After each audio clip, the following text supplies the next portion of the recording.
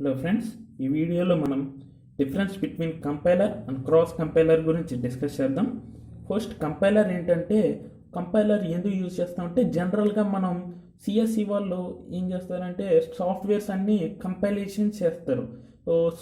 మామూలు డెస్క్టాప్స్లో ఆ డెస్క్టాప్స్కి యూజ్ చేసే కంపైలర్స్ అన్ని సమ్ కంపైలర్స్ ఉంటాయి సమ్ ప్రోగ్రామ్స్ బట్టి. అంటే పైథాన్ కంపైల్ చేసే కంపైలర్ వేరేగా ఉంటుంది, సి ప్రోగ్రామ్ వేరే ఉంటుంది, C++ వేరే ఉంటాయి. ఆ కంపైలర్స్ మారిపోతూ ఉంటాయి ప్రోగ్రామ్ బట్టి. ఆ టైప్ ఆఫ్ కంపైలర్స్ గురించి ఇక్కడ డిస్కస్ చేస్తాం. అండ్ ఎంబెడెడ్ సిస్టంలో కంపైలేషన్ చేయడం కోసం మనం క్రాస్ కంపైలర్ని యూజ్ చేస్తాం. ఎంబెడెడ్ సిస్టంలో కూడా మనం ప్రోగ్రామ్స్ రాస్తాం కదా ఎలక్ట్రానిక్స్కి, ఆ ప్రోగ్రామ్స్ని క్రాస్ కంపైలర్లో కంపైల్ చేస్తాం. ఓకే, ఇక్కడ ఫస్ట్ పైన చూసుకుంటే translate program for same machine on it is running.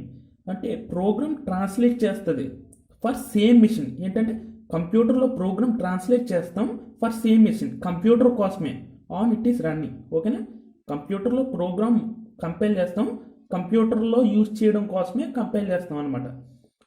అది ఏం చేస్తుంది అంటే high level to machine level లాంగ్వేజ్కి కంపైల్ చేస్తుంది అనమాట. ఓకేనా, అదే క్రాస్ కంపైల్లో చూసాం అనుకోండి, translate program for different machine.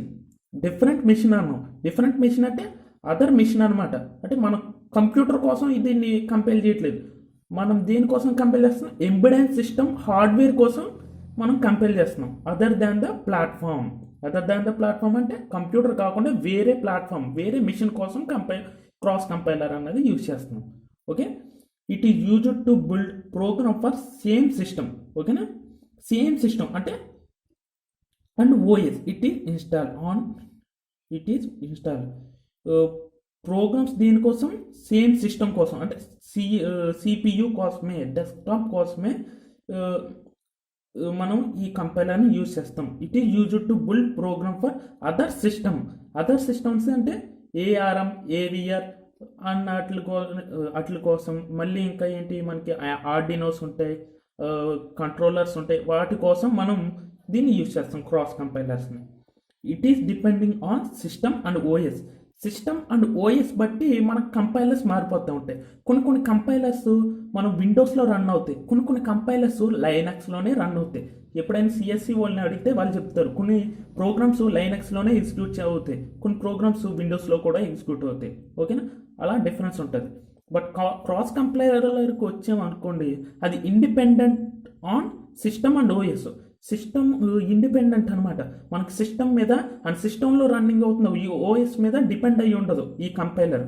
మరి లైనక్స్లో అయినా కూడా ఎగ్జిక్యూషన్ అవుతుంది, ఆర్ విండోస్లో అయినా కూడా ఆ ప్రోగ్రామ్ అన్నది ఎగ్జిక్యూట్ అవుతుంది. ఓకేనా, it can generate executable file like .exe. మనం కంప్యూటర్లో ఎగ్జిక్యూట్ అవ్వే ఫైల్స్ని జనరేట్ చేస్తుంది అనమాట ఈ కంపైలర్ అనమాట. బట్ క్రాస్ కంపైలర్ వస్తే జనరేట్ రా కోడ్ అనమాట. అంటే కంప్యూటర్లో ఎగ్జిక్యూట్ అవ్వదు, ఎక్సెల్ కోడ్ అంటే ఎలక్ట్రానిక్స్లో ఎగ్జిక్యూట్ అవుతుంది, ఎంబెడెడ్ సిస్టంలో ఎగ్జిక్యూట్ అయ్యే ఫైల్స్ని జనరేట్ చేస్తుంది. అంటే మనం ఇక్కడ జనరేట్ అయిన ఫైల్ని ఏం చేస్తాం, డంపింగ్ చేసుకుంటాం.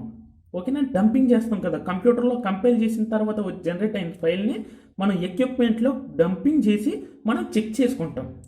ఓకేనా, అది. అండ్ ఫిఫ్త్ పాయింట్ వస్తే Turbo C or GCCs native compilers. మనం సి ప్రోగ్రామింగ్ కోసం టర్బో సిని యూజ్ చేస్తాం కంపైలర్ని. ఓకేనా, అది ఒక నేటివ్ కంపైలర్ అన్నమాట. నేటివ్ కంపైలర్ అంటే కంపైలర్స్నే మనం అదర్ నేమ్ నేటివ్ కంపైలర్ అంటాం. ఓకేనా, కీల్ ఇది క్రాస్ కంపైలర్. మనం కీల్ వాడతాం, ఎంపీఎంసీ ప్రోగ్రామ్స్ కానీ మైక్రో కంట్రోలర్ ప్రోగ్రామ్స్ కానీ మనం కీల్లోనే మనం కోడింగ్ చేస్తూ ఉంటాం. So Keil is a cross compiler. ఓకేనా, దట్స్ ఇట్ ఫ్రెండ్స్. ఇవి కంపైలర్ అండ్ క్రాస్ కంపైలర్ యొక్క differences. Thank friends, thank for watching.